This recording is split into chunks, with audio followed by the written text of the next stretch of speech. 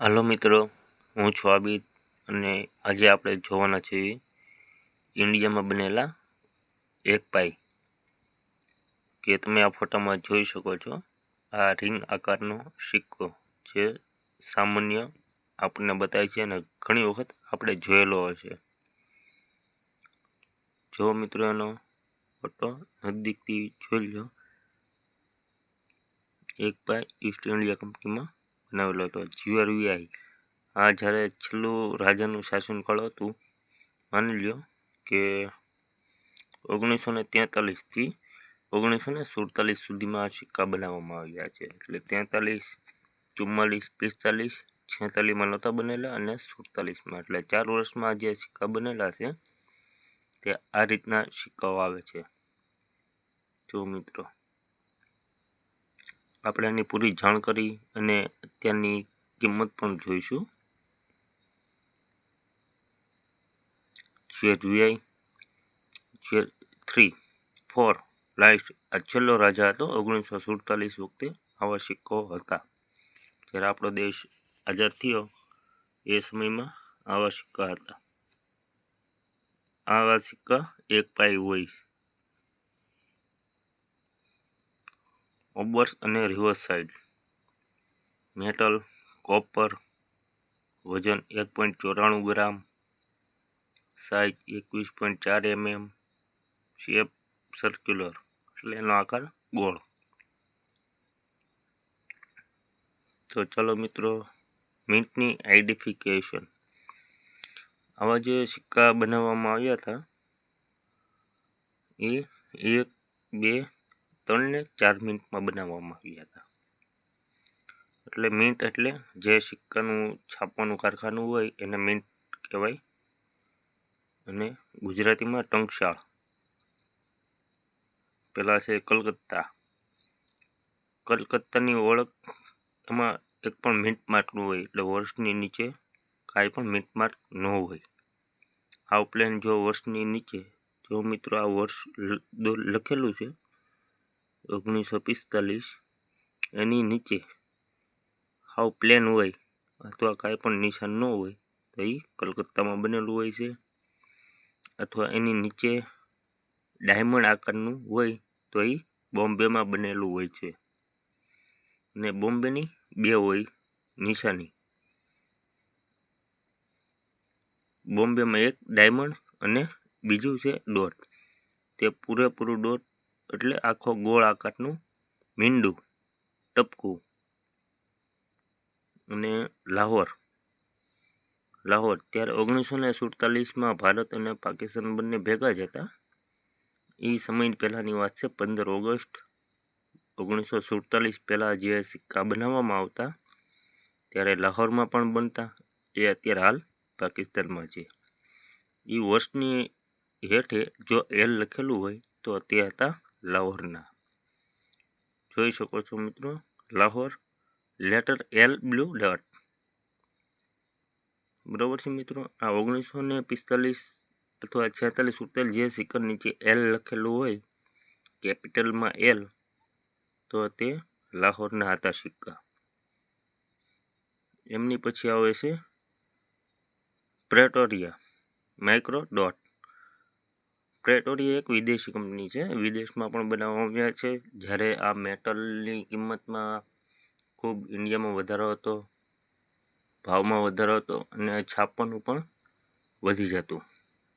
એટલે આ જે સિક્કાની કિંમત કરતાં પણ તેનું કામ અને તેની લાગત એટલે ભાવ વધી જતો, એનો ખર્ચ વધતો. એટલે વિદેશ મિન્ટે પ્રેટોરિયામાં છાપવાનું ચાલુ કર્યું હતું.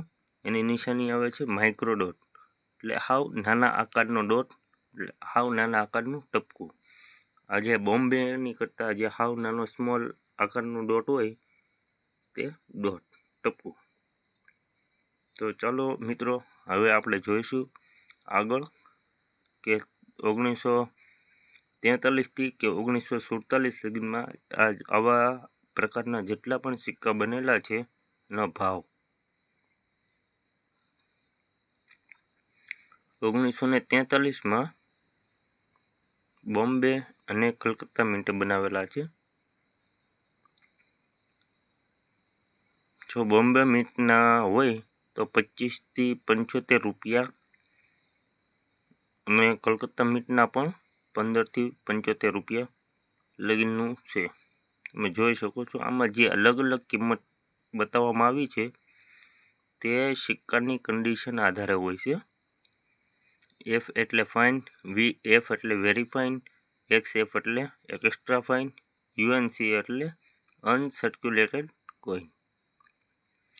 ફાઇન એટલે સારો, વેરી ફાઇન એટલે એની કરતાં પણ સારો, એક્સ્ટ્રા ફાઇન એટલે આમ ચોખ્ખો સિક્કો બતાતો હોય બધું અંદરનું, માનો કે તમે વાંચી શકો, એની ડિઝાઇન સાફ સુથરી હોય એ યુએનસી એટલે હજી છાપીને આવેલા હોય અને ઘસેલા પીટાયેલા ન હોય એવા યુએનસી. એ અત્યારે હાલ 2025ની કેટેગરી મુજબ એનો ભાવ તમે જોયો મિત્રો, ભાઈ કોમન હતા. બોમ્બે અને કલકત્તા મિન્ટમાં બંનેમાં બનાવવામાં આવેલા હતા. એમની પછી આપણે જોઈશું 1944. 1944માં 3 મિનિટમાં છાપવામાં આવેલા છે. પહેલી મિનિટ છે બોમ્બે મિન્ટ, ફાઇન કન્ડિશનના 15 રૂપિયા, વેરી ફાઇનના 25 રૂપિયા, એક્સ્ટ્રા ફાઇનના 35 રૂપિયા, યુએનસી કન્ડિશનના 75 રૂપિયા. સી એટલે એની રેરિટી બતાવે, સી એટલે કોમન, આર એટલે રેર ને એસ એટલે સ્ક્વેર. તો બોમ્બેનો કોમન છે. અને જોઈ શકો છો મિત્રો કલકત્તા મિન્ટ 1944માં જે કલકત્તા મિન્ટમાં આ સિક્કા છે એ રેર સિક્કા છે. તેની કિંમત છે 100 રૂપિયાથી 1000 રૂપિયા. જો આ પ્રકારનો સિક્કો તમારી પાસે 1944નો હોય તો તે જોઈ લેવું. કલકત્તા મિન્ટનો તો નથી ને? જો કલકત્તા મિન્ટનો હશે તો એ 100 રૂપિયાથી 1000 રૂપિયા વચ્ચેની કિંમત રાખે છે. ફાઇન કન્ડિશનમાં 100 રૂપિયા, વેરી ફાઇનમાં 300 રૂપિયા, એક્સ્ટ્રા ફાઇનમાં 500 રૂપિયા અને યુએનસીમાં 1000 રૂપિયા. કે આ બધી કન્ડિશન મેં અગાઉ હમણાં તમને વાત કરી હતી. બરાબર, fine, very fine, extra fine ને યુએનસી કોને કહેવાય એ. 1944નો આ કલકત્તા મિન્ટનો સિક્કો એક રેર સિક્કો ગણવામાં આવ્યો છે. તે વેલ્યુવાળો હોય છે. એમની પછી આવે છે લાહોરનો. 1944માં લાહોરમાં બનેલો સિક્કો 25 રૂપિયાથી 300 રૂપિયા એક સ્કેરની કેટેગરીમાં છે 2025 મુજબ. કિંમત 25 રૂપિયા, fine condition, very fine condition 50 રૂપિયા, એક્સ્ટ્રા ફાઇન કન્ડિશન 100 રૂપિયા ને યુએનસી કન્ડિશનમાં 300 રૂપિયા. લાહોર મિન્ટ 1944. એમની પછી 1945. 1945માં મિત્રો બોમ્બે, કલકત્તા અને લાહોર એમ 3 મિનિટે છાપેલા છે. તો ભાવ જોઈએ તો 15 રૂપિયા ફાઇન કન્ડિશન મુંબઈ મિન્ટના છે, વેરી ફાઇન 25 રૂપિયા, એક્સ્ટ્રા ફાઇન 35 રૂપિયા અને યુએનસી 75 રૂપિયા. બોમ્બે મિન્ટ એક કોમન કોઈન છે. પછી જોઈશું કલકત્તા મિન્ટ 1945. 15 રૂપિયા ફાઇન, વેરી ફાઇન 25 રૂપિયા, એક્સ્ટ્રા ફાઇન 35 રૂપિયા, યુએનસી 75 રૂપિયા. એ એક કોમન કોઈન કલકત્તા મિન્ટનો છે. 1945માં લાહોરમાં બનેલો આવો એક સિક્કો એક સ્કેર સિક્કો છે. તેમની કિંમત છે 25થી 300 રૂપિયા. એ પછી સિક્કાની કન્ડિશન આધારે 25 રૂપિયા પણ મળે અને 300 રૂપિયા પણ મળી શકે છે.